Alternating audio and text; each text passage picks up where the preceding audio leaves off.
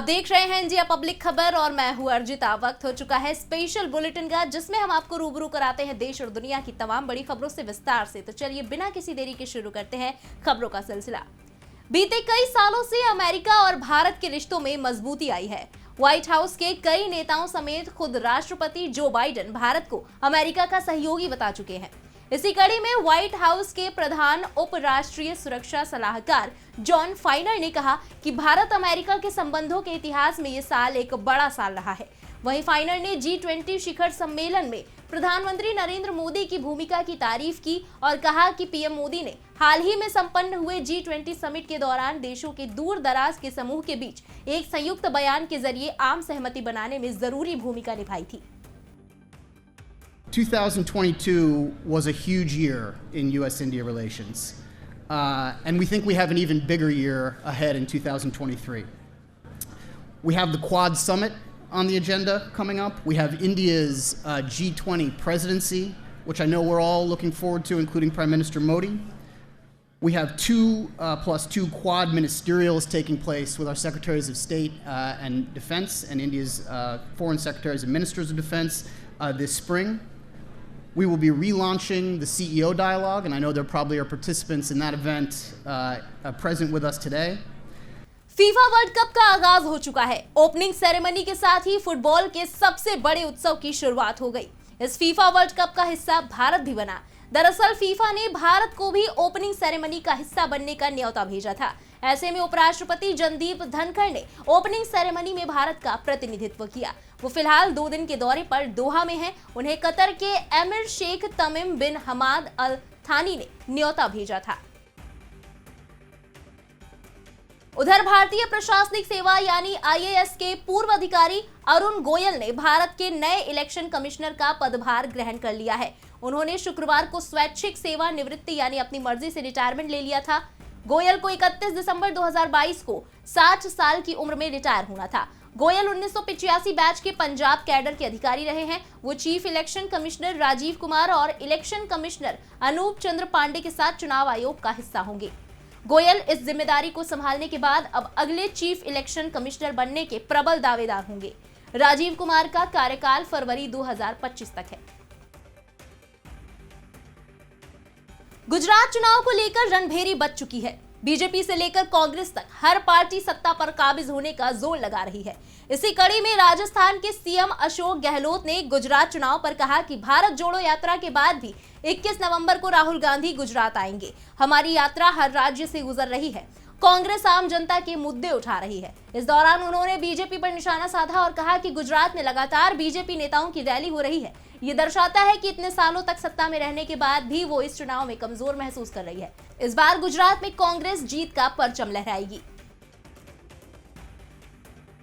प्रधानमंत्री मोदी जी जब से चुनाव जीतते हैं यूपी का, दूसरे दिन से आने लग गए वीकली। अमित शाह जी आने लग गए। इसका मतलब उनको लगता है सफाया हो रहा है कहीं बीजेपी का। हर वीकली आना प्रधानमंत्री का क्या मायने रखता है? आने की जरूरत नहीं है। प्रधानमंत्री का पद इतना बड़ा होता है। और गुजरात के प्राइम मिनिस्टर हमारे हैं, उनका नाम ही बहुत बड़ा है। वो आके क्यों बार बार यहाँ पर लोगों को संदेश देने का प्रयास कर रहे हैं? क्या जरूरत है? दूसरी तरफ जम्मू कश्मीर के पूर्व मुख्यमंत्री और नेशनल कॉन्फ्रेंस के अध्यक्ष फारूक अब्दुल्ला ने कहा कि वो भारत को G20 की अध्यक्षता मिलने से खुश हैं। उन्होंने कहा कि हमें उम्मीद है कि प्रधानमंत्री यूक्रेन युद्ध को खत्म करने में कामयाब होंगे, क्योंकि इससे दुनिया की आर्थिक हालत खराब हो गई है।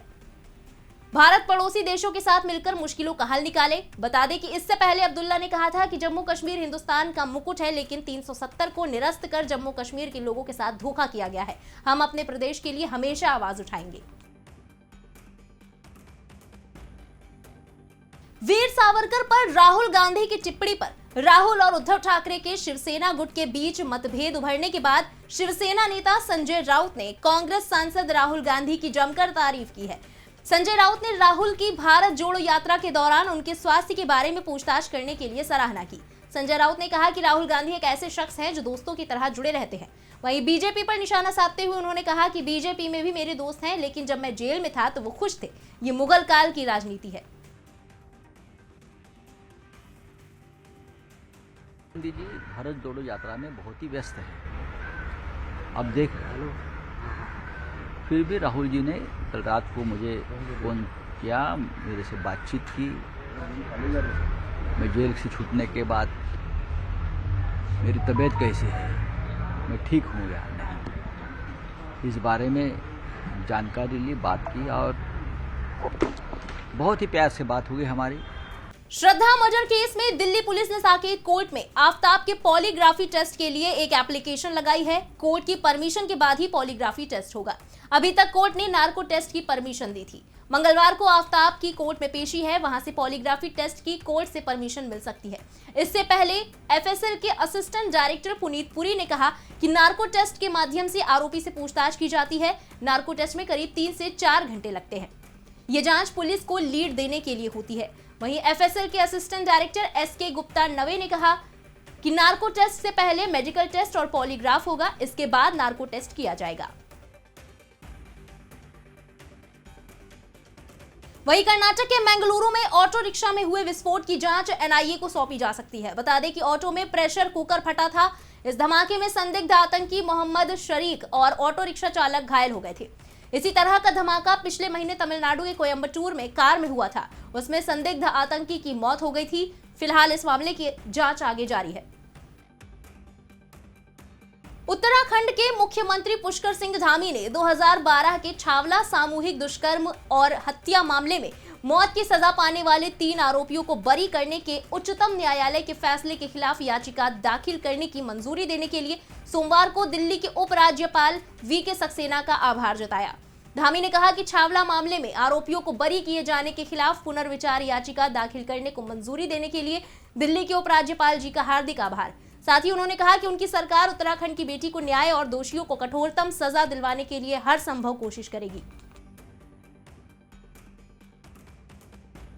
मैं दिल्ली के लेफ्टिनेंट गवर्नर सक्सेना जी को बहुत धन्यवाद करना चाहता हूं कि उन्होंने एक हमारे पूरे उत्तराखंड की बेटी, पूरे देश की बेटी, उसके न्याय के लिए उन्होंने आगे का मार्ग प्रशस्त किया है, निर्णय लिया है कि सरकार जो है उस केस को लड़ेगी और हम सभी लोग उस पीड़ित परिवार के साथ हैं, पीड़ित बेटी के साथ हैं। हर तरीके से जो भी सहयोग होगा हम करने के लिए तैयार हैं। बढ़ते हैं अगली खबर की तरफ। जम्मू कश्मीर स्थित राजौरी मेगा सड़क परियोजना के तहत कोटरंका से खवास के बीच कनेक्टिविटी के लिए सड़क निर्माण कार्य शुरू हो गया।